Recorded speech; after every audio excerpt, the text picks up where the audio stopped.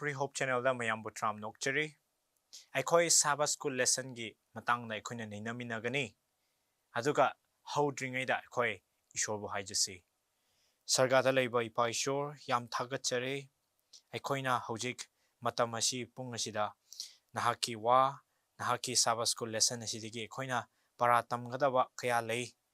Maduna aikoi gi wakal aikoi gi thamoi nahakna changbiduna nahakna sijinabiduna aikoi bu phapta hanbiyu aikoi bu kainoma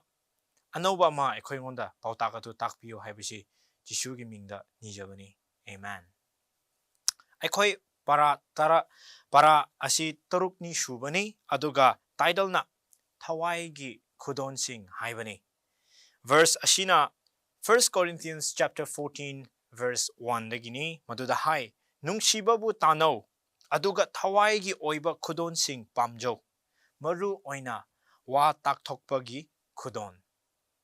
Corinthians haibam hamasi ekoina haukraba lesson adudagi ekoina khangkibagi matungina nupa ga nupi lanaba lai murti ga khurumba natraga latpa aduga chingba aduga loinana mokhoi gi marakta apunba saktam leitana saruk khaidoga leiba asi ekoina uba phangi maduna lesson number para mari shuba aduga lesson number 5 manga shuba asidigi ekoina ubu phangi karamaina polna nupi ga nupa lanaba sida tawbu yaba yadaba phattaba adu mahakna pautak pihiba amasung lesson number 5 ta lai murti da latpa idolatry asida mahakna karamaina chaibibra amasung pautak pihiba haibado ekoina ubu phangre ko aduna ngasidi ekoina para taruk ni shuba asidadi kitang tongali madudi aikhoigi thawai khudon ishorna aikhoibu mahei masing pihiba madugi maramda polna aikhoibu takpiduna lei aikhoigi hakchang asi kaya tongan balei makhut tongali makok tongali makhong tongali aduga chap manana church haiba asishu saruk tongali kaya tongan lei haibasi polna aikhoibu changdamna duna 1 Corinthians chapter 12 asidigi aikhoina paba phangi mahakna kayat asi tongan duna lei aduna taibang mi aikhoishu church maraktashu pastor tongali elder tongali deacon haiba tongali youth haiba tongali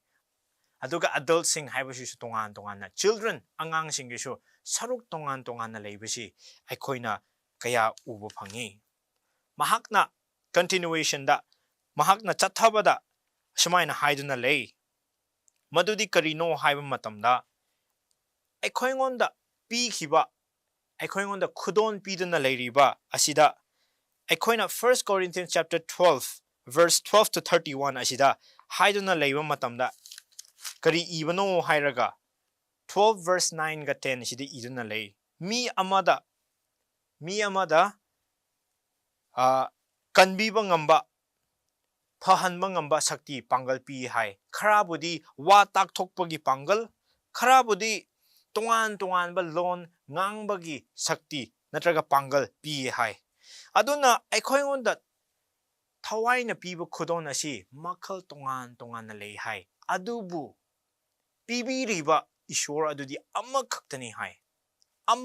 khaktani haiduna leiri ishor dashu mapa ibungo thawaya singba makhoi ahum asi saruk ahum khaidokaga lei adubu makhoigi pandam makhoigi wakhalon amasung makhoigi maru oiba thawrang asi amma khaktani hai aduga chap manana pastor haibagi thawdang asi tongali deacon haibasi tongali elder haibasi tongali church member gi makhoi thawdang su tongali haidun lei adubu thawdang tongan ba sina saruk khaidoga leiba sina asengba aikhoigi marakta punjinba yadaba oihanbra natraga saruk asina aikhoigi marakta apunba saktam asi leihandana leiribra haibasi wahang aikhoingonda tawhallaga lei adubu pol haibiningbadi karino haiba matamda aikhoigi hakchangi kayat asida makhut na heli maru oihan oi haiba leite mamit na hena maru oi haiba leite amasung ꯃꯈꯣꯡꯅ ꯍꯦꯟꯅ ꯃꯔꯨ ꯑꯣꯏ ꯍꯥꯏꯕ ꯂꯩꯇꯦ ꯍꯥꯏꯗꯨꯅ ꯂꯩꯔꯤ ꯑꯩꯈꯣꯏꯅ ꯃꯗꯨ 1 Corinthians chapter 12 13 14 ꯑꯁꯤꯗꯒꯤ ꯑꯩꯈꯣꯏꯅ ꯄꯥꯊꯕ ꯃꯇꯝꯗ ꯑꯩꯈꯣꯏꯅ ꯎꯕ ꯐꯪꯉꯤ ꯍꯥꯏ ꯑꯗꯨꯅ ꯈꯣꯡ ꯌꯥꯎꯔꯕꯁꯨ ꯃꯃꯤꯠ ꯌꯥꯎꯗ꯭ꯔꯕꯗꯤ ꯅꯍꯥꯛ ꯀꯥꯏꯗ ꯆꯠꯇꯣꯏꯅꯣ ꯍꯥꯏꯕꯗꯨ ꯅꯪ ꯀꯃꯥꯏꯅ ꯈꯪꯒꯅꯤ ꯍꯥꯏꯗꯨꯅ ꯄꯣꯜꯅ ꯑꯩꯈꯣꯏꯕꯨ ꯄꯥꯎꯇꯥꯛ ꯄꯤꯗꯨꯅ ꯂꯩꯔꯤ ꯍꯥꯏ ꯑꯗꯨꯅ ꯉꯁꯤ ꯑꯩꯈꯣꯏꯒꯤ ꯆꯔꯆꯇꯁꯨ ꯑꯩꯅ ꯍꯦꯟꯅ ꯃꯔꯨ ꯑꯣꯏ ꯑꯩꯅ ꯍꯦꯟꯅ ꯋꯥꯡꯉꯤ ꯑꯩꯅ ꯍꯦꯟꯅ ꯊꯣꯏ ꯍꯥꯏꯕꯁꯦ ꯍꯥꯏꯅ ꯈꯟꯗꯨꯅ ꯂꯩꯔꯤꯕ꯭ꯔꯥ ꯅꯠꯇ꯭ꯔꯒ ꯑꯩꯈꯣꯏꯒꯤ ꯃꯔꯛꯇꯁꯨ ꯆꯔꯆꯇꯁꯨ ꯑꯩꯗꯤ ꯌꯥꯝꯅ ꯄꯤꯛꯑꯦ ꯑꯩꯗꯤ ꯃꯔꯨ ꯑꯣꯏꯗꯦ ꯍꯥꯏꯅ ꯈꯟꯗꯨꯅ ꯂꯩꯔꯤꯕ꯭ꯔꯥ ꯍꯥꯏꯕꯁꯤ ꯄꯣꯜꯅ ꯑꯩꯈꯣꯏꯕꯨ ꯄꯥꯎꯇꯥꯛ ꯄꯤꯗꯨꯅ ꯂꯩꯔꯤ ꯑꯗꯨꯅ ꯋꯥꯍꯪ ꯑꯁꯤ ꯑꯩꯈꯣꯏ ꯃꯌꯥꯝꯕꯨ ꯍꯪꯍꯟꯅꯤꯡꯉꯤ ꯑꯩꯕꯨꯁꯨ ꯅꯈꯣꯏꯕꯨꯁꯨ ꯃꯗꯨꯗꯤ ꯏꯁꯣꯔꯅ ꯊꯋꯥꯏ ꯑꯁꯦꯡꯕꯗꯨꯅ ꯑꯩꯈꯣꯏꯉꯣꯟꯗ ꯄꯤꯕꯤꯈ꯭ꯔꯕ ꯊꯋꯥꯏꯒꯤ ꯈꯨꯗꯣꯟ ꯑꯁꯤ ꯀꯔꯤꯅꯣ ꯍꯥꯏꯕꯁꯤ ꯅꯍꯥꯛ ꯈꯪꯕꯤꯔꯕ꯭ꯔꯥ ꯈꯪꯕꯤꯔꯕꯗꯤ ꯅꯍꯥꯛ ꯀꯔꯝꯍꯥꯏꯅ ꯁꯤꯖꯤꯟꯅꯔꯤꯕ꯭ꯔꯥ ꯍꯥꯏꯕꯁꯤ ꯄꯥꯔꯥ ꯑꯁꯤꯅ ꯑꯩꯈꯣꯏꯕꯨ ꯇꯝꯕꯤꯗꯨꯅ ꯂꯩꯔꯤ ꯋꯥꯍꯪꯁꯨ ꯍꯪꯗꯨꯅ ꯂꯩꯔꯤ ꯑꯩꯈꯣꯏꯅ ꯕꯥꯏꯕꯜꯗ ꯊꯥꯖꯕꯒꯤ ꯈ꯭ꯋꯥꯏꯗꯒꯤ ꯆꯥꯎꯕ ꯈꯨꯗꯝ ꯑꯁꯤ ꯀꯔꯤꯅꯣ ꯍꯥꯏꯕ ꯃꯇꯝꯗ Matthew chapter 17 verse 20 dagi ꯄꯥꯊꯕ ꯃꯇꯝꯗ ꯅꯪꯒꯤ ꯊꯥꯖꯕꯁꯦ ꯍꯪꯒꯥꯝ ꯃꯔꯨꯃꯨꯛ ꯆꯥꯎꯔꯕꯗꯤ ꯅꯍꯥꯛꯅ ꯍꯥꯏꯒꯅꯤ ꯍꯥꯏ ꯃꯗꯨꯗꯤ ꯍꯦ ꯆꯤꯡꯗꯣꯟ ꯅꯍꯥꯛ ꯁꯤꯗꯒꯤ ꯂꯦꯡꯊꯣꯛꯈ꯭ꯔꯣ ꯁꯤꯗꯒꯤ ꯆꯠꯊꯣꯛꯈ꯭ꯔꯣ ꯍꯥꯏꯕ ꯃꯇꯝꯗ ꯆꯤꯡꯗꯣꯟꯅꯁꯨ ꯅꯪꯒꯤ ꯋꯥ ꯑꯗꯨꯕꯨ ꯏꯟꯒꯅꯤ ꯍꯥꯏ ꯑꯗꯨꯃꯨꯛ ꯆꯥꯎꯈ꯭ꯔꯕ ꯊꯥꯖꯕ ꯑꯗꯨꯅ ꯆꯤꯡꯗꯣꯟ ꯑꯗꯨꯃꯨꯛ ꯆꯥꯎꯈ꯭ꯔꯕꯗꯨ ꯑꯗꯨꯃꯨꯛ ꯄꯤꯛꯄ ꯊꯥꯖꯕꯗꯨꯅ ꯑꯗꯨꯃꯨꯛ ꯆꯥꯎꯈ꯭ꯔꯕ ꯆꯤꯡꯗꯣꯟ ꯑꯗꯨ ꯅꯍꯥꯛꯅ ꯂꯦꯡꯊꯣꯛ ꯂꯦꯟꯁꯤꯟ ꯇꯧꯍꯟꯕ ꯉꯝꯒꯅꯤ ꯍꯥꯏ ꯑꯗꯨꯕꯨ ꯄꯣꯜꯅ ꯌꯥꯝꯅ ꯃꯔꯨ ꯑꯣꯏꯅ ꯑꯩꯈꯣꯏꯕꯨ ꯄꯥꯎꯇꯥꯛ ꯑꯃ ꯄꯤꯗꯨꯅ ꯂꯩꯔꯤ ꯑꯗꯨꯗꯤ 1 Corinthians chapter 13ꯗ ꯃꯍꯥꯛꯅ ꯀꯔꯤ ꯍꯥꯏꯕ꯭ꯔꯥ ꯍꯥꯏꯔꯒ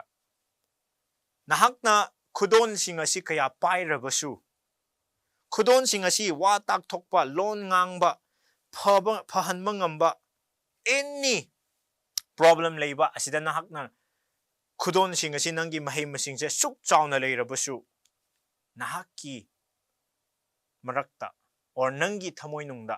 ꯅꯨꯡꯁꯤꯕ ꯍꯥꯏꯕꯁꯦ ꯂꯩꯇ꯭ꯔꯗꯤ ꯉꯁꯥꯏ ꯅꯍꯥꯛꯀꯤ ꯊꯥꯖꯕꯗꯣ ꯍꯪꯒꯥꯝ ꯃꯔꯨꯃꯨꯛ ꯆꯥꯎꯔꯒ ꯅꯍꯥꯛꯅ ꯆꯤꯡ ꯑꯗꯨꯕꯨꯁꯨ ꯂꯦꯡꯊꯣꯛ ꯂꯦꯡꯁꯤꯟ ꯇꯧꯍꯟꯕ ꯉꯝꯃꯕꯁꯨ ꯅꯪꯉꯣꯟꯗ ꯅꯨꯡꯁꯤꯕ ꯌꯥꯎꯗ꯭ꯔꯕꯗꯤ ꯑꯔꯦꯝꯕꯅꯤ ꯍꯥꯏꯕꯁꯤ ꯑꯩꯈꯣꯏꯉꯣꯟꯗ ꯇꯥꯛꯄꯤꯗꯨꯅ ꯂꯩꯔꯤ verse 1 ꯑꯗꯨꯗ ꯍꯥꯏ ꯅꯨꯡꯁꯤꯕꯗꯨ ꯌꯥꯎꯗ꯭ꯔꯕꯗꯤ ꯑꯩꯗꯤ ꯁꯦꯝꯕꯨꯡ ꯑꯃꯒꯨꯝ ꯑꯃꯁꯨꯡ ꯈꯤꯡꯂꯤꯕ ꯀꯣꯔꯇꯥꯟ ꯑꯃꯒꯨꯝ ꯑꯣꯏꯔꯦ ꯍꯥꯏ ꯃꯈꯣꯟ ꯈꯛꯇ ꯂꯥꯎꯕ ꯀꯥꯟꯅꯕꯗꯤ ꯑꯝꯇ ꯂꯩꯇꯦ ꯍꯥꯏꯗꯨꯅ ꯂꯩꯔꯤ ꯑꯩꯈꯣꯏꯒꯤ ꯃꯔꯛꯇꯁꯨ ꯌꯥꯝꯅ ꯍꯩꯁꯤꯡꯕ ꯉꯥꯡꯕ ꯁꯛꯄ ꯍꯩꯕ ꯋꯥ ꯇꯥꯛꯊꯣꯛꯄ ꯃꯤ ꯀꯌꯥ ꯂꯩꯔꯝꯕ ꯌꯥꯏ ꯑꯗꯨꯕꯨ ꯅꯨꯡꯁꯤꯕꯗꯨ ꯌꯥꯎꯗ꯭ꯔꯕꯗꯤ ꯑꯔꯦꯝꯕꯅꯤ ꯍꯥꯏꯕꯁꯦ ꯄꯣꯜꯅ ꯑꯩꯈꯣꯏꯉꯣꯟꯗ ꯄꯥꯔꯥ ꯑꯁꯤꯗꯒꯤ ꯄꯥꯎꯇꯥꯛ ꯄꯤꯗꯨꯅ ꯂꯩꯔꯤ ꯃꯗꯨꯗꯒꯤ ꯅꯨꯡꯁꯤꯕ ꯍꯥꯏꯕꯁꯤ ꯀꯔꯤꯅꯣ ꯍꯥꯏꯕꯁꯤ ꯄꯥꯎꯜꯅꯁꯨ ꯑꯩꯈꯣꯏꯉꯣꯟꯗ ꯇꯥꯛꯄꯤꯗꯨꯅ ꯂꯩꯔꯤ ꯃꯗꯨꯗꯤ ꯅꯨꯡꯁꯤꯕꯁꯤ ꯅꯥꯄꯟ ꯇꯧꯗꯦ ꯍꯥꯏ ꯅꯨꯡꯁꯤꯕꯁꯤ ꯐꯠꯇꯕ ꯈꯟꯗꯦ ꯍꯥꯏ ꯅꯨꯡꯁꯤꯕꯁꯦ ꯆꯥꯎꯊꯣꯛꯇꯦ ꯍꯥꯏ ꯑꯃꯁꯨꯡ ꯅꯨꯡꯁꯤꯕꯁꯦ ꯙꯔꯃ ꯆꯦꯟꯗꯕꯒꯤ ꯊꯧꯗꯣꯛꯇ ꯅꯠꯇ꯭ꯔꯒ ꯊꯕꯛꯇ ꯍꯔꯥꯎꯗꯦ ꯍꯥꯏ ꯑꯗꯨꯕꯨ ꯑꯆꯨꯝꯕꯗ ꯍꯔꯥꯎꯏ ꯍꯥꯏꯗꯨꯅ ꯑꯩꯈꯣꯏꯉꯣꯟꯗ ꯄꯥꯎꯇꯥꯛꯁꯦ ꯄꯤꯗꯨꯅ ꯂꯩꯔꯤ ꯃꯍꯥꯛꯅꯁꯨ ꯑꯩꯈꯣꯏꯉꯣꯟꯗ ꯋꯥꯍꯪ ꯇꯧꯍꯟꯅꯤꯡꯕꯗꯤ ꯄꯥꯔꯥꯁꯤꯗꯒꯤ ꯅꯨꯡꯁꯤꯕ ꯍꯥꯏꯕꯁꯤ ꯑꯩꯈꯣꯏꯒꯤ ꯊꯃꯣꯏꯅꯨꯡꯗ ꯂꯩꯕ꯭ꯔꯥ ꯑꯩꯈꯣꯏꯅ ꯎꯠꯇꯨꯅ ꯂꯩꯔꯤꯕ꯭ꯔꯥ ꯍꯥꯏꯕꯁꯤ ꯑꯩꯈꯣꯏꯉꯣꯟꯗ ꯋꯥꯍꯪ ꯇꯧꯕꯤꯗꯨꯅ ꯂꯩꯔꯤ ꯑꯗꯨꯒ Wednesday Thursdayꯗ ꯑꯩꯈꯣꯏꯅ ꯄꯥꯔꯥꯁꯤꯒꯤ Wednesday Thursdayꯗ ꯑꯩꯈꯣꯏꯅ ꯌꯦꯡꯊꯕ ꯃꯇꯝꯗ Corinthiansꯀꯤ ꯃꯐꯝ ꯑꯁꯤ ꯃꯈꯣꯏꯅ ꯇꯣꯉꯥꯟ ꯇꯣꯉꯥꯟꯕ ꯂꯣꯟ ꯉꯥꯡꯕꯁꯤꯗ ꯌꯥꯝꯅ ꯆꯥꯎꯊꯣꯛꯇꯨꯅ ꯂꯩꯕ ꯎꯔꯝꯃꯤ ꯍꯥꯏ ꯃꯗꯨꯅ ꯄꯣꯜꯁꯤꯅ ꯆꯤꯊꯤꯁꯤ ꯏꯈꯤꯕꯅꯤ ꯑꯗꯨꯒ 1 Corinthians 14 ꯑꯁꯤꯗꯒꯤ ꯃꯍꯥꯛꯅ ꯄꯥꯊꯕ ꯑꯩꯈꯣꯏꯅ ꯌꯦꯡꯕ ꯃꯇꯝꯗ ꯇꯣꯉꯥꯟ ꯇꯣꯉꯥꯟꯕ ꯂꯣꯟ ꯉꯥꯡꯕꯕꯨꯗꯤ ꯋꯥ ꯇꯥꯛꯊꯣꯛꯄꯅ ꯍꯦꯟꯅ ꯐꯩ ꯍꯥꯏꯕꯁꯦ ꯃꯍꯥꯛꯅ ꯇꯥꯛꯄꯤꯗꯨꯅ ꯂꯩ ꯃꯗꯨꯗꯤ ꯀꯔꯤꯒꯤꯅꯣ ꯍꯥꯏꯕ ꯃꯇꯝꯗ Corinthians ꯍꯥꯏꯕ ꯃꯐꯝ ꯑꯁꯤꯗ ꯃꯤ ꯀꯌꯥ ꯋꯥ ꯇꯥꯛꯊꯣꯛꯇꯨꯅ ꯇꯣꯉꯥꯟ ꯇꯣꯉꯥꯟꯕ ꯂꯣꯟ ꯉꯥꯡꯗꯨꯅ ꯂꯩꯔꯝꯃꯤ ꯍꯥꯏ ꯇꯣꯉꯥꯟ ꯇꯣꯉꯥꯟꯕ ꯂꯣꯟ ꯉꯥꯡꯕꯁꯤ ꯀꯔꯝꯕ ꯃꯑꯣꯡꯗꯅꯣ ꯍꯥꯏꯕ ꯃꯇꯝꯗ ꯃꯈꯣꯏꯅ ꯍꯦꯛꯇ ꯚꯥꯞ ꯇꯥꯗꯕ ꯃꯤꯅ ꯀꯔꯤ ꯉꯥꯡꯉꯤꯕꯅꯣ ꯈꯪꯗꯕ ꯍꯦꯛꯇ ꯃꯣꯏ ꯃꯁꯥꯒꯤ ꯂꯣꯟꯁꯨ ꯀꯔꯝꯕ ꯂꯣꯟꯅꯣ ꯈꯪꯗꯕꯤꯗ ꯍꯦꯛꯇ ꯉꯥꯡꯊꯣꯛꯑꯒ ꯊꯋꯥꯏ ꯑꯁꯦꯡꯕꯅ ꯑꯩꯉꯣꯟꯗ ꯁꯤ ꯇꯥꯛꯄꯤꯔꯤ Masigi maong asi aikoina YouTube to oiro, Instagram to oiro, natraga Facebook to oiro, nakoina ju uramba yai. O aidi wa tak topa prophet amani. Aduga hekta karilon ngang iba nung kang Davida. Aduga thawai sing mana ingon si takpiri. Haina. Mi kaya amasu toramba pangami. Aduna Paul aduna mahakna Corinthians koibu. Adugumba tabak nakoina ngang iba wa adu.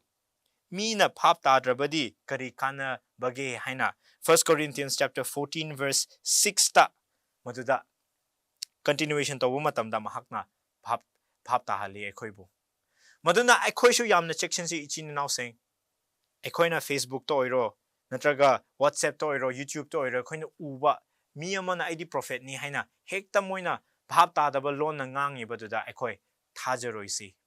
Adubu mahakna hai wa tak thokpada gift of prophecy to bada wa tak thokpada hena maru oina khanhali hai madudi karigino haiba matamda ekoina Ephesians chapter 4 verse 11 da ekoini pa matamda aduga mahakna kharabu pakhon chatpa kharabu wa tak thokpa mi kharabu evangelist kharabu pastor amasung oja oinaba pibire hai ekoigi khudon sing asi tongan leiko adubu Ephesians ta ekoina Paul ni ngom matamda Paul na evangelist pastor wa tak thokpa maside hena maru oina focus oina tawna pibi khibasi mahakna u phangi karigino haiba matamda mi masi aikoina pumnamaki thajabada amasung ishorgi machani pabu khangbada amata oiba adu yaudriba phawba mapung phaba mi oiduna Kristagi athanbagi mapung phabagi chang oidriba phawbani hai madudi karigi hainingibano haiba matamda masi Paul hainingibasidi aduda thoiba problem Corinthians ta thoiba problem Corinthians ta kari wat pano haibasi pastor sing wa tak thokpa sing evangelist sing na sida problem leire asida watli nakhoi gi si oigadabani haina phongna ngang thokpa ngamba mi adugumane hena darkar oi haibase Paul na masida ekhoyonda takpiduna leiribani asina haibadi tongan ba lon ngang basi kanadi habanati adubu tongan ba lon ngang basu aikoina ngang iba sa iba lon adu mina bhap tagadaba lon lo ina ngango haibaneba natrabadi ngang iba mi adu phattabadigi oiramba yai natraga mahak aranba mi ama oiramba yai hai aduna mahakna kanglon mari pidana leiri aikhoibu mahak wa tak thoiba natraga tongan ba lon ngang iba mi asi ishorgi mira mina tabra haibasi kanglon mari mahakna pidana leiri madudi ahanba mahakna ngang iba wa tak thoiba asi oithokadabani hai achumba oigadabani hai madudi ekoina Jeremiah chapter 28 amasung Deuteronomy chapter 18 digi ekoina paba phangi ani shubada wa tak thoiba mi aduna hana ma laktringaida haukraba hanagi wa tak thoiba mi sing aduga yanagadabani hai aduna wa hojik tak thoiba mi aduna mahakna ngangba sa ibadu hanagi takpi hiba wa tak thoba mi singa yanagadabani hai ahum shubada makoina nungtigi hingiba moigi lamchat moina ngangiba sa iba moigi tawriba thabak khudingda ishorga naknaraga hingbagi magun amasung khudamadu utkani hai ukhoina uba phangani hai aroibana mari shubaduna karino haina haiba matamda Paul na kari hai madudi makhoigi mahei adudagi ekoina uba phangani hai aduna ngasi asida parasina pibiriba kanglon mari asi ekoina chekchina yengminasi aduga ekoina mi amabu prophet ni natraga wa tak thopa mi ni haina thajadringaida masida piriba kanglon mari asi chumbra chumnabra haibasi ekoina yengminasi natrabadi ekoi aranba lambida pubi khiba yae ekoi advantage ama oina ekoina thajariba wa tak thokpa LNG White asishu hojik ekoina kanglon mari neina khibasi mahaka yanabra yanadabra haibasi ekoisu yengminasi ꯑꯗꯨꯕꯨ ꯑꯩꯒꯤ ꯑꯟꯗꯔꯁꯇꯦꯟꯗꯤꯡꯗꯗꯤ ꯑꯩꯅ ꯊꯥꯖꯕꯗꯤ ꯀꯔꯤꯅꯣ ꯍꯥꯏꯕ ꯃꯇꯝꯗ ꯑꯦꯂꯦꯟ G white ꯑꯁꯤ ꯃꯍꯥꯛꯅ ꯀꯥꯡꯂꯣꯟ ꯃꯔꯤ ꯑꯁꯤꯒ ꯌꯥꯅꯩ ꯍꯥꯏꯕꯁꯤ ꯑꯩꯅ ꯍꯥꯏꯅꯤꯡꯉꯤ ꯑꯔꯣꯏꯕꯗ ꯂꯦꯁꯟ ꯑꯁꯤ ꯄꯔꯥ ꯑꯁꯤꯅ ꯑꯩꯈꯣꯏꯉꯣꯟꯗ ꯇꯥꯛꯄꯤꯔꯤꯕꯁꯤꯗꯤ ꯀꯔꯤꯅꯣ ꯍꯥꯏꯕ ꯃꯇꯝꯗ ꯑꯩꯈꯣꯏꯅ ꯇꯧꯔꯤꯕ ꯏꯁꯣꯔꯒꯤꯗꯃꯛ ꯊꯕꯛ ꯇꯧꯔꯤꯕ ꯑꯁꯤꯗ ꯍꯤꯔꯝ ꯀꯌꯥꯗ ꯑꯣꯏꯔꯣ ꯈꯨꯗꯣꯟ ꯀꯌꯥ ꯄꯤꯗꯨꯅ ꯂꯩꯔꯤꯕ ꯑꯁꯤꯗ ꯑꯩꯈꯣꯏꯅ ꯀꯔꯝꯍꯥꯏꯅ ꯁꯤꯖꯤꯟꯅꯔꯤꯕ꯭ꯔꯥ ꯍꯥꯏꯕꯁꯤ ꯄꯣꯜꯅ ꯑꯩꯈꯣꯏꯕꯨ ꯋꯥꯍꯪ ꯄꯤꯗꯨꯅ ꯂꯩꯔꯤ ꯑꯗꯨꯒ ꯈꯨꯗꯣꯟ ꯀꯌꯥꯁꯤꯡ ꯑꯁꯤ ꯁꯤꯖꯤꯟꯅꯕ ꯃꯇꯝꯗ ꯅꯨꯡꯁꯤꯕ ꯍꯥꯏꯕꯁꯤ ꯌꯥꯎꯗꯨꯅ ꯂꯩꯔꯤꯕ꯭ꯔꯥ ꯑꯗꯨꯒ ꯑꯩꯈꯣꯏꯅ ꯊꯥꯖꯔꯤꯕ ꯂꯤꯗꯔꯁ ꯑꯣꯏꯔꯣ ꯋꯥ ꯇꯥꯛꯊꯣꯛꯄ ꯃꯤ ꯑꯣꯏꯔꯣ ꯄꯥꯁꯇꯔ ꯑꯣꯏꯔꯣ ꯏꯚꯦꯟꯖꯦꯂꯤꯁ ꯑꯣꯏꯔꯣ ꯑꯩꯈꯣꯏꯅ ꯌꯥꯝꯅ ꯅꯤꯡꯖꯕ ꯂꯩꯔꯤꯕꯁꯤꯡ ꯑꯁꯤ ꯏꯁꯣꯔꯒ ꯅꯛꯅꯔꯒ ꯂꯩꯔꯤꯕ꯭ꯔꯥ ꯑꯗꯨꯒ ꯑꯩ ꯏꯁꯥꯃꯛꯅꯁꯨ ꯏꯁꯣꯔꯒ ꯅꯛꯅꯔꯒ ꯂꯩꯔꯤꯕ꯭ꯔꯥ ꯍꯥꯏꯕꯁꯤ ꯑꯩꯈꯣꯏꯉꯣꯟꯗ ꯋꯥꯍꯪ ꯇꯧꯍꯟꯗꯨꯅ ꯂꯩꯔꯤ ꯁꯥꯕꯥꯁ ꯁ꯭ꯀꯨꯜ ꯂꯦꯁꯟ ꯑꯁꯤ ꯃꯁꯤꯗ ꯂꯣꯏꯁꯤꯟꯖꯔꯦ ꯅꯈꯣꯏꯅꯁꯨ ꯈꯟꯗꯁꯤ ꯑꯩꯈꯣꯏ ꯃꯌꯥꯝ ꯑꯗꯨꯒ ꯏꯁꯣꯔꯅ ꯍꯦꯟꯅ ꯅꯛꯅꯕ ꯍꯦꯟꯅ ꯑꯃꯨꯛ ꯇꯧꯁꯤ ꯏꯁꯣꯔꯅ ꯍꯦꯟꯅ ꯕꯣꯔ ꯄꯤꯕ ꯑꯣꯏꯁꯅꯨ ꯑꯩꯈꯣꯏ ꯃꯊꯪ ꯍꯞꯇꯥ ꯄꯔꯥ 8ꯅꯤ ꯁꯨꯕꯗ ꯑꯩꯈꯣꯏ ꯑꯃꯨꯛꯀ ꯅꯩꯅꯃꯤꯟꯅꯁꯤ ꯏꯁꯣꯔꯅ ꯍꯦꯟꯅ ꯕꯣꯔ ꯄꯤꯕ ꯑꯣꯏꯁꯅꯨ ꯊꯥꯒꯠꯆꯔꯤ